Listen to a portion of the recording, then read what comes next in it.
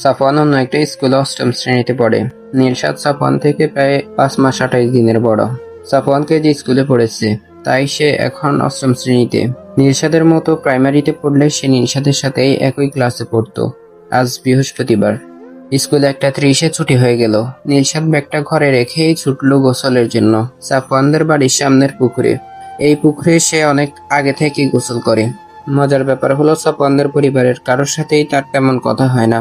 সাফওয়ানদের সাথেও পরিচয়টা নামমাত্র, তবু পুকুরটা যেন তার নিজেরই। গোসল সেরে বাড়ি ফিরতেই আম্মু ভাত বেড়ে দিলেন। নীলশাদ খেতে বসলো। ঠিক তখনই বাইরে থেকে ডাক শোনা গেল, সাফওয়ান এসেছে।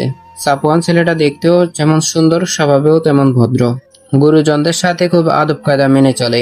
উঠানে নীলশাদের আম্মু বসেছিলেন। তিনি হেসে বললেন, নীলশাদ তো ভাত খাচ্ছে বাবা, তুমি ঘরে বসো। সাফওয়ান গিয়ে সোফায় চুপচাপ বসলো। নীলশাদের খাওয়া শেষ হতেই দুজন একসাথে বেরিয়ে পড়ল।